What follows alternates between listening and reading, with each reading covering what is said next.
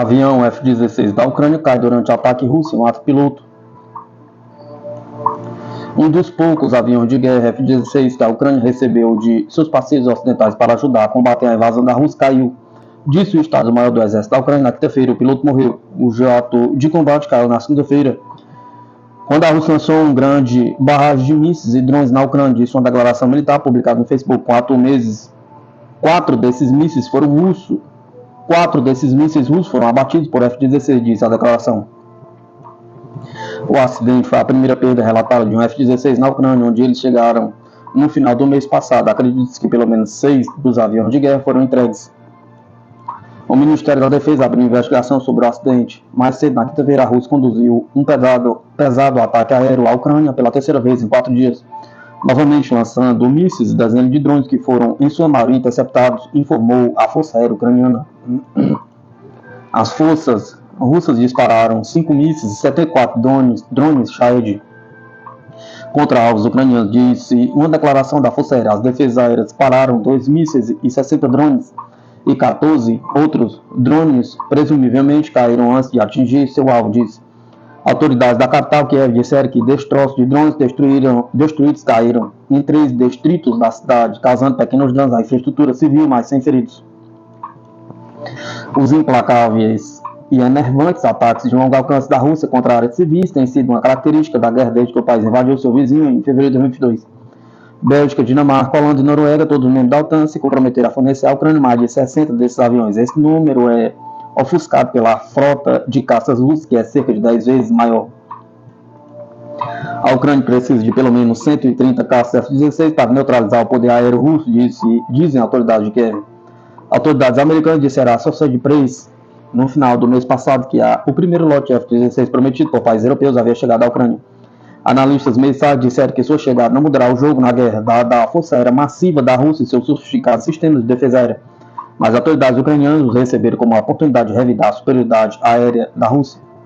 A Ucrânia tem usado até agora aviões de guerra da era soviética e seus pilotos passaram por treinamento intenso nos F-16 no Ocidente por meses, um período de treinamento usual de 3 anos.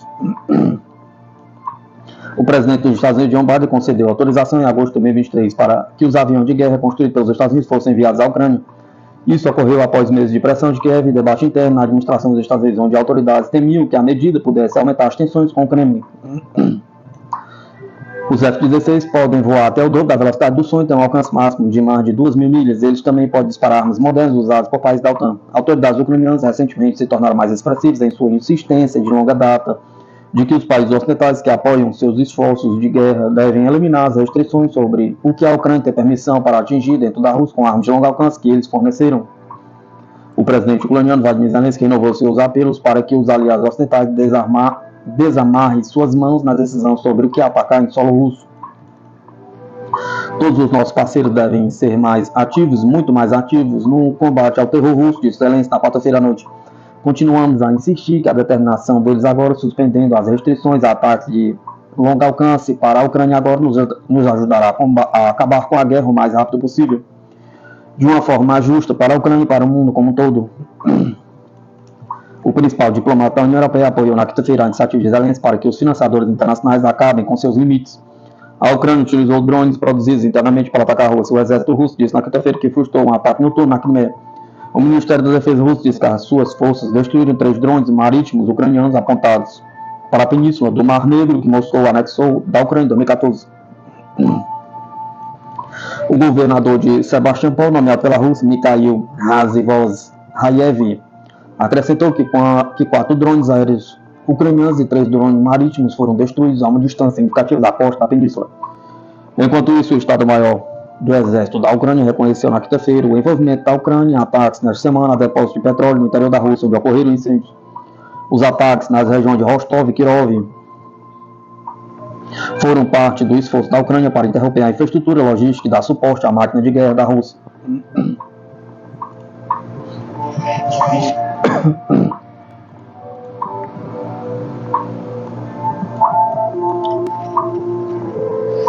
A história complicada da Ucrânia com seus vizinhos por M.K. Bradar Kumar.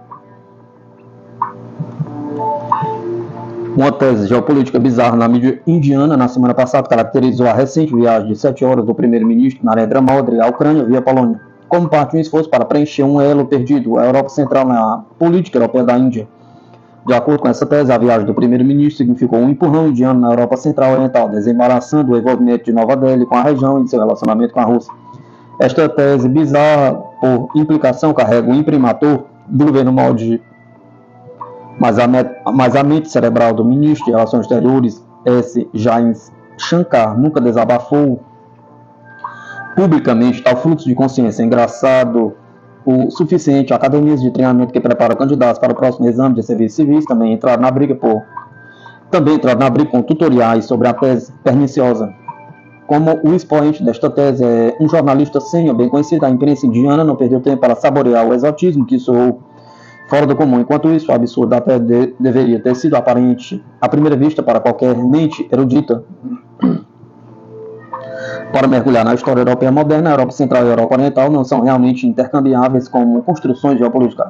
A Europa Central é mais uma expressão geográfica, pois a região é culturalmente muito diversa, mesmo compartilhando algumas similaridades históricas e culturais, cujo despertar estratégico, na verdade, começa apenas com o fim da Guerra Fria e o colapso do Muro de Berlim. A região se refere amplamente à faixa da Europa, que historicamente faz parte dos impérios Austro-Húngaro e Otomano, compreendendo a atual Áustria, Alemanha, Suíça, Liechtenstein, República Tcheca, Eslováquia, Hungria, Polônia, Lituânia e Eslovênia.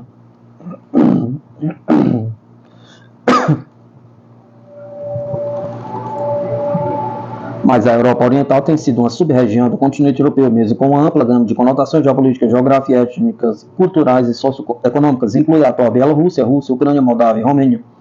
Além dos Balcãs, dos Estados Bálticos e do Cáucaso, geograficamente falando, a região é definida pelos montes Urais da Rússia no leste, enquanto a fronteira oeste permanece nebulosa, sem nenhuma borda definida. Daí a questão alemã da história europeia.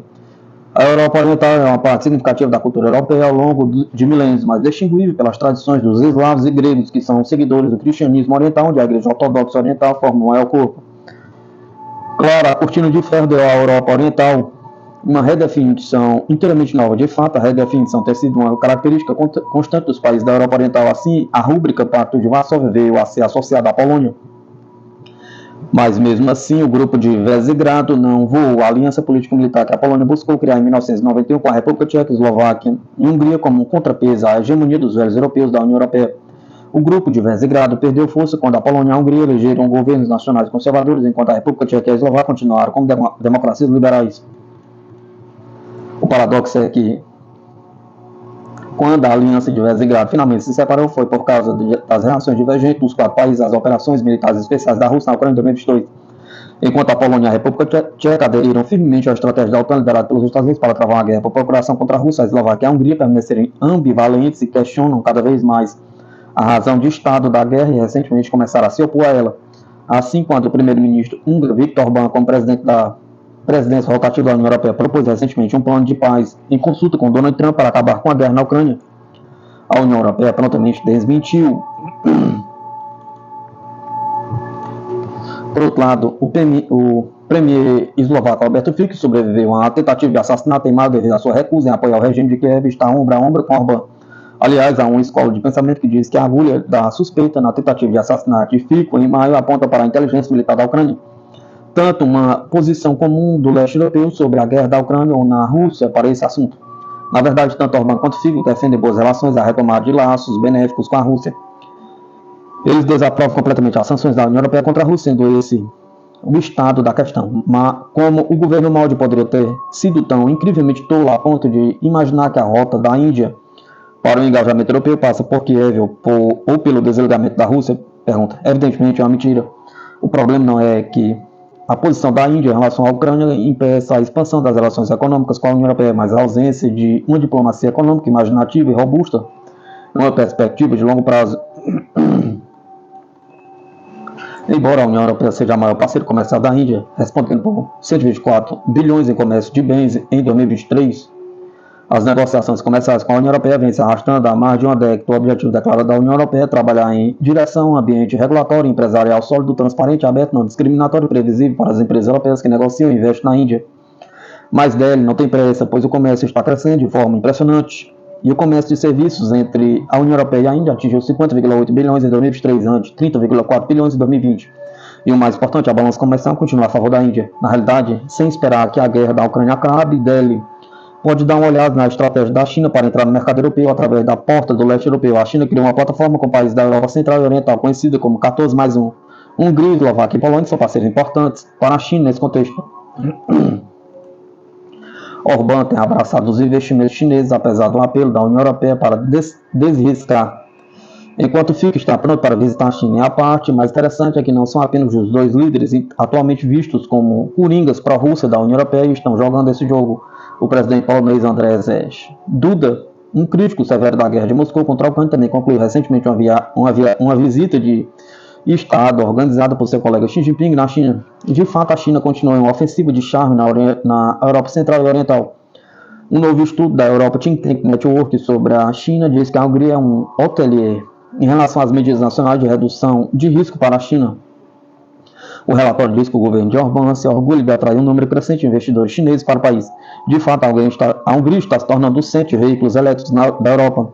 Ao cortejar as montadoras chinesas, FIC está atraído pela rota de Orbán e planeja concluir um acordo de parceria estratégica com a China durante sua visita planejada para outono. Agora, Hungria, Eslováquia e Polônia não sabem que a China e a Rússia têm quase uma aliança hoje, que está em um nível histórico e só se fortalece a cada dia por causa das consequências da guerra na Ucrânia com as sanções ocidentais, pergunta. Nossos especialistas da mídia não têm a mínima ideia sobre a Europa Oriental. No entanto, eles estão defendendo o desligamento da Índia da Rússia como um pré-requisito das relações calorosas com aquela região. Por que eles estão fazendo isso? Pergunta. Essa lógica pervertida apenas promove os interesses americanos para recorrer à parceria Índia-Rússia e assim corroer a autonomia estratégica do país. Daqui para frente é muito real dizer agora qual forma a Ucrânia tomará ao emergir desta guerra. A Ucrânia tem questões de nacionalidade não resolvidas e territórios no oeste da Ucrânia pertenciam anteriormente à Polônia, que foi, é claro, compensado com territórios da Alemanha derrotada e Hungria antes da Segunda Guerra Mundial. A Polônia diz que o massacre de cerca de 100 mil poloneses em 1943 e 1944 por nacionalistas ucranianos foi um genocídio. E hoje o ponto crucial da questão da perspectiva russa também é que a identidade da Ucrânia como um Estado soberano é construído em torno das mesmas organizações neonazistas que colaboraram com o exército de ocupação de Hitler para massacrar poloneses. Verdadeiramente, isto é uma lata de minhocas. A Índia não tem nenhuma boa razão para se intrometer nisso.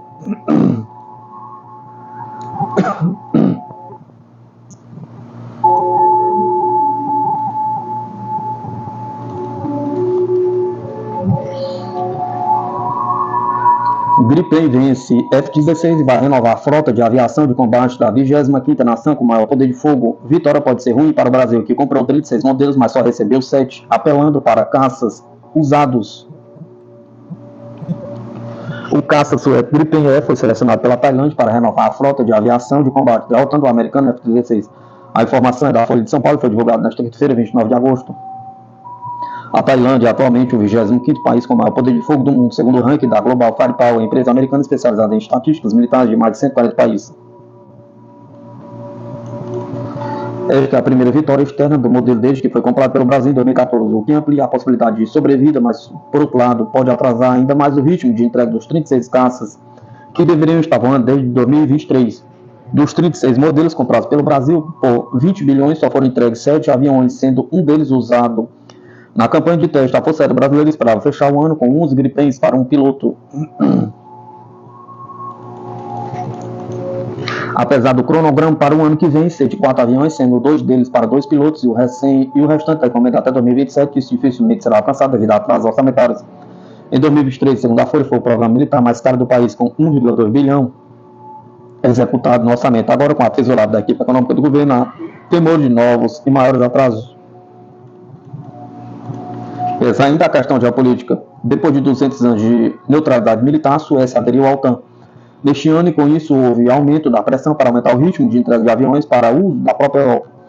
A abertura de consultas sobre possível compra de lote usado de F-16 americanos feita pela FAB aconteceu justamente para pressionar os suecos por prazos e melhorar as condições de negociações para mais 14 caças. A SAB, fabricante sueca do Gripen, foi procurada pela Folha de São Paulo, mas não respondeu aos questionamentos sobre o impacto da venda dos aviões da Tailândia para o Brasil. Em nota, disse apenas que o negócio é, obviamente, muito positivo para a SAB e para a Suécia.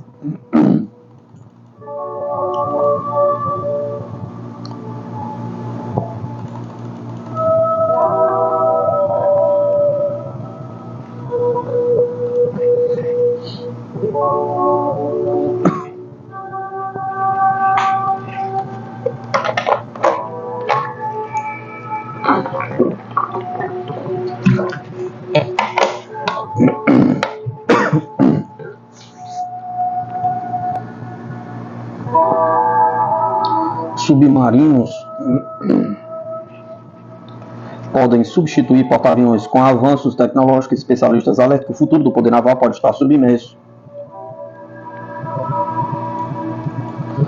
A Marinha dos Estados Unidos pode estar apostando no cavalo errado ao continuar priorizando porta-aviões como a principal ferramenta de projeção de poder no mar. Segundo especialistas, a evolução tecnológica e as mudanças nas táticas de guerra indicam que submarinos e não porta-aviões serão o futuro do poder naval. Desde o final da Segunda Guerra Mundial, os porta-aviões têm sido vistos como as principais plataformas de ataque e defesa das marinhas ao redor do mundo. Contudo, o desenvolvimento de submarinos com propulsão independente do ar e o avanço em mísseis anti-porta-aviões coloca em xeque essa supremacia. Os submarinos, especialmente os movidos a energia nuclear, oferecem uma capacidade furtiva que os torna extremamente difíceis de detectar e neutralizar, representando uma ameaça direta aos porta-aviões. Roger Thompson, especialista em Forças Armadas e Sociedade, reforça essa visão, destaca o histórico do exercícios navais onde submarinos de várias nações, incluindo os mais antigos movidos a diesel, conseguiram afundar super porta-aviões americanos em simulações. Segundo ele, a Marinha dos Estados Unidos tem ignorado evidências claras de que seus super porta-aviões poderiam ser alvos fáceis para submarinos inimigos, uma falha que pode ter consequências desastrosas em um conflito real. A comparação com a decisão do Canadá em 1970 de aposentar o seu último porta-aviões, o HMCS Bonaventure, é inevitável. Na época, muitos criticaram a decisão, mas com o tempo ficou claro que os porta-aviões eram vulneráveis à crescente ameaça submarina. A aposentadoria do Bonaventura foi um movimento acertado, considerado que, em um cenário de guerra contra a União Soviética, o navio teria uma curta vida útil antes de ser afundado por submarinos inimigos. O renomado historiador militar britânico Sir John Kagan, já em 1988, previu que a era dos submarinos como a principal arma de poder no mar estavam apenas começando. Ele afirmou que esses navios capitais eram capazes de destruir qualquer frota de superfície que entrasse em sua zona de operações, destacando a importante estratégia dos submarinos na dissuasão nuclear. Os recentes avanços na tecnologia de submarinos, combinados com o desenvolvimento de mísseis anti-porta-aviões, reforçam a necessidade de uma reavaliação urgente por parte da Marinha dos Estados Unidos continuar a investir em porta-aviões cada vez mais caros e potencialmente vulneráveis. Pode não ser a melhor estratégia frente às novas realidades da guerra naval moderna. O debate sobre a relevância dos porta-aviões é acirrado, mas a crescente evidência de que submarinos podem desempenhar um papel decisivo nas guerras do futuro não pode ser ignorada. Thompson e outros especialistas acreditam que a Marinha dos Estados Unidos precisa se adaptar rapidamente para evitar surpresas desagradáveis em futuros confrontos com as potências como a China e a Rússia. A adaptação às novas realidades não será fácil nem barata. O legado dos porta-aviões é forte e a transição para uma força naval centrada em submarinos pode encontrar resistência tanto dentro das Forças Armadas quanto na indústria de defesa. No entanto, ignorar as tendências emergentes pode levar a uma derrota catastrófica em um conflito futuro. Em resumo, enquanto os porta-aviões ainda desempenham um papel importante na estratégia naval americana, a Marinha dos Estados Unidos precisa considerar seriamente o potencial dos submarinos como uma verdadeira espinha dorsal de seu poder no mar. A história e as tendências atuais sugerem que o futuro das guerras navais podem estar literalmente submerso.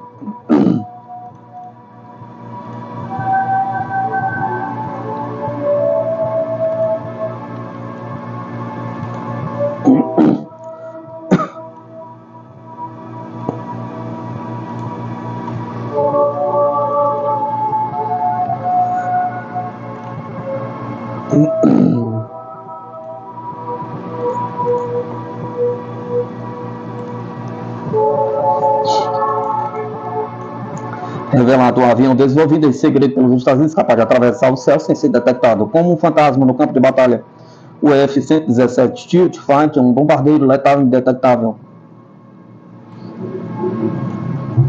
Imagine um avião capaz de atravessar o céu sem ser detectado, como um fantasma no campo de batalha. O F-117 Nighthawk, mais conhecido como o Caçador Invisível, é um marco na aviação militar e a prova viva de que o impossível pode se tornar realidade. Desenvolvido em segredo absoluto pelos Estados Unidos durante a Guerra Fria, esse caso furtivo revolucionou a forma como as guerras são travadas, deixando uma marca indelével na história, desafiando todos os conceitos tradicionais de combate aéreo. Hoje mergulhamos na fascinante história por trás dessa máquina lendária que mudou o curso da aviação e continua a inspirar o futuro.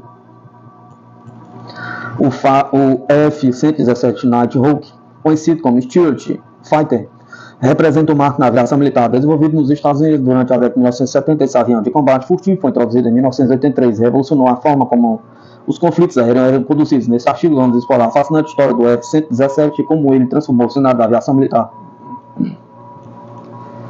A jornada em direção à criação do F-117 Nighthawk começou muito antes de sua primeira decolagem. Durante a Primeira Guerra Mundial, os radares ainda estavam em seus estágios iniciais de desenvolvimento, e a preocupação principal era que os aviões fossem visíveis a olho nu. Assim, os engenheiros aeronáuticos começaram a experimentar fuselagens transparentes, como no caso do protótipo alemão Link Hofmann R1, que, embora inovador, acabou por ser mais visível devido ao reflexo da luz solar. Com a evolução dos radares ao longo do tempo, especialmente durante a Segunda Guerra Mundial, a necessidade de desenvolver aviões que fossem visíveis a esses dispositivos tornou-se evidente. Os engenheiros começaram a explorar novas formas de design, como as asas voadoras, que apresentavam menos superfícies verticais, dificultando a detecção pelos radares. Foi somente nos anos de 70 que a ideia de um avião verdadeiramente furtivo começou a tomar forma. A DARPA iniciou estudos para entender como as ondas de radar podiam ser desviadas e não retornarem ao ponto de origem. As pesquisas levou ao desenvolvimento do programa ECO-1, que buscava determinar as melhores superfícies para refletir as ondas de radar. O projeto culminou no desenvolvimento do F-117, que foi construído pelos Estados Unidos com um design único em forma de diamante, que, embora parecesse estranho, era altamente eficaz em dispersar as ondas de radar. O protótipo, chamado Hive Blue, foi um passo crucial, demonstrando que um avião poderia ser desenvolvido para ser invisível. O F-117 foi projetado pelos Estados Unidos não apenas para ser furtivo, mas também para ser um bombardeiro eficaz. Ele foi construído com materiais que absorviam as ondas de radar, como o RAM, e suas antenas foram integradas à fuselagem para minimizar a assinatura radar. Além disso, as bombas eram armazenadas em compartimentos internos, permitindo que o avião permanecesse aerodinamicamente eficiente. O Nighthawk possuía motores que não produziram pós-combustão, reduzindo ainda mais a assinatura térmica, o que o torna difícil de ser detectado por radares infravermelhos. Com um comprimento de pouco mais de 20 metros e uma envergadura de 3 metros, esse avião tinha velocidade máxima de 965 km/h e um teto operacional de 45 mil pés. O F-117 Nighthawk foi inicialmente mantido em segredo pelos Estados Unidos, mas ganhou notoriedade durante a Guerra do Golfo, onde suas capacidades furtivas foram amplamente demonstradas. Ele foi um ativo crucial em missões de bombardeio, conseguindo operar em espaços aéreos altamente controlados e protegidos. Apesar de sua eficácia, o F-117 não era vulnerável. Em 1999, durante o conflito na Sérvia, um F-117 foi derrubado, evidenciando que, embora fosse um avião furtivo, não era completamente invisível. Os destroços do avião ainda pode ser visto no Museu da Aviação em Belgrado. Embora o F-117 tenha sido aposentado em 2008, sua influência persiste. Ele abriu caminho para o desenvolvimento de outras aeronaves furtivas, como o B-2 Spirit, o F-22 Raptor e o F-35. Essas aeronaves incorporaram lições aprendidas com o Nighthawk e continuam a evoluir as capacidades furtivas nas Forças Armadas modernas. O legado do F-117 Nighthawk dos Estados Unidos definiu a aviação militar no mundo e deixou uma marca indelével na história da guerra aérea, se tornando um símbolo da superação e desafio da engenharia. Sua história é fascinante e reflete lições que continuam a influenciar o desenvolvimento de novas tecnologias na aviação militar. A busca pela furtividade e eficiência continua, inspirando futuras gerações de engenheiros e pilotos a explorar os limites que é possível na aviação.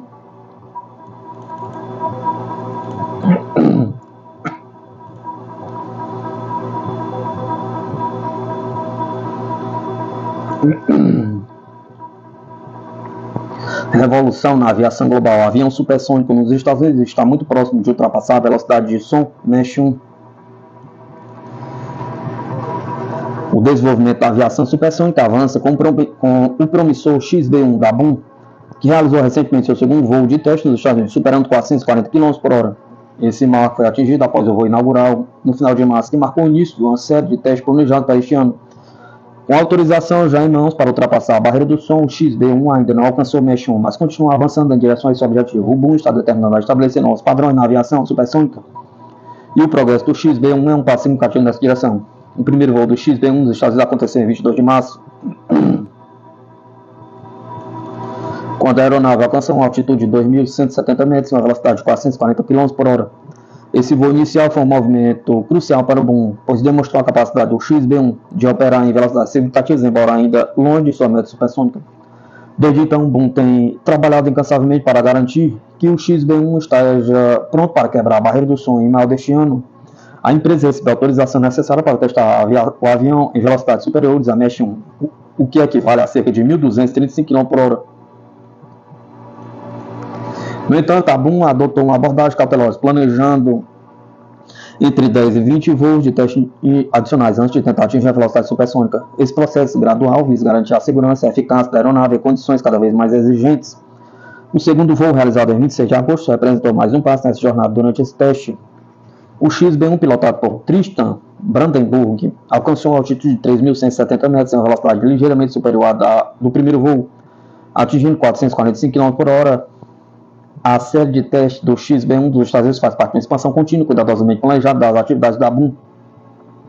O objetivo é obter uma compreensão profunda do desempenho das capacidades do avião antes de levá-la ao seu limite.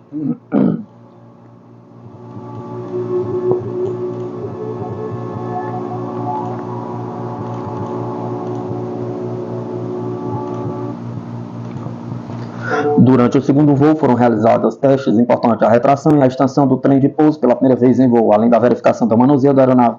O BUM também testou um novo sistema digital de estabilidade projetado para amortecer e manter o controle do avião em diferentes condições de voo. Além disso, a asa direita do avião foi equipada com tufos para monitorar a direção do fluxo de ar. Um passo importante para entender melhor a aerodinâmica em várias velocidades. Esses testes são fundamentais para garantir que o XB-1 dos Estados Unidos esteja preparado para enfrentar os desafios de voar em velocidades supersônicas. A BUM está comprometida em coletar o máximo de dados possível, que será essencial para redefinir o design e o desempenho do XB-1. Quando o XB-1 finalmente atingir a superior nos próximos meses, o XB-1 dos Estados Unidos continuará a realizar voos de teste, cada um com a velocidade máxima superior à anterior, até que esteja pronto para ultrapassar a velocidade do som. Cada voo incluirá verificações rigorosas do sistema de segurança e manutenção, garantindo que a aeronave esteja em condições ideais para enfrentar as demandas de voar mesh 1 ou mais. A expansão dos testes, combinado com o meticuloso coleta de dados, coloca o BUM em uma posição única para revolucionar a aviação comercial supersônica. Em cada voo, o XB-1 está mais perto de redefinir o que é possível nos céus, trazendo uma nova era da velocidade e eficiência para a aviação global.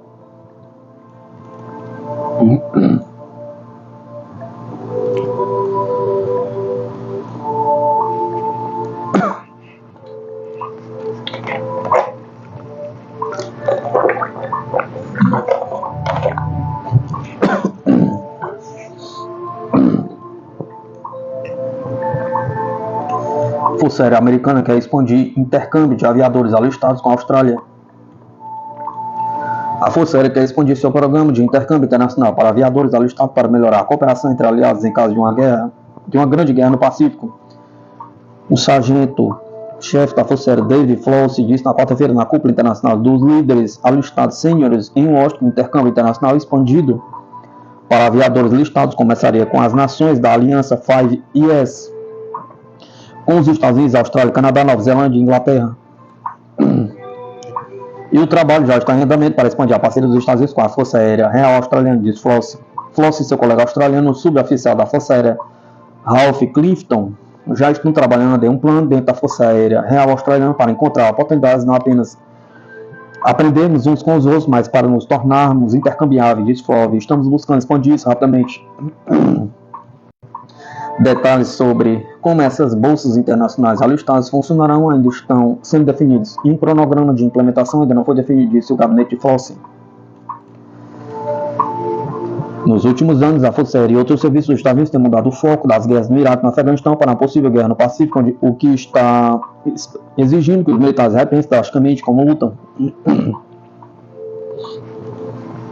No Oriente Médio, a Força Aérea operou em ambientes relativamente pouco disputados, diz Flosse, com pistas confortáveis, cadeia de suprimento garantida, rede de comunicação robusta e total superioridade aérea. Nesse ambiente poderíamos avançar profundamente, diz Flosse. Esse ambiente não existe no teatro Indo-Pacífico. Todas essas capacidades são contestadas. Os Estados Unidos estão trabalhando para expandir parcerias com nações aliadas, como a Aliança Trilateral AUKUS, com a Austrália e Inglaterra, para se preparar para um conflito caso a China tente se reunificar com Taiwan pela força. O plano de parceria internacional não é um esforço da AUKUS, mas tem a intenção de fortalecer a cooperação entre os militares dos países antes que o conflito ecloda, disse o gabinete de Flosse.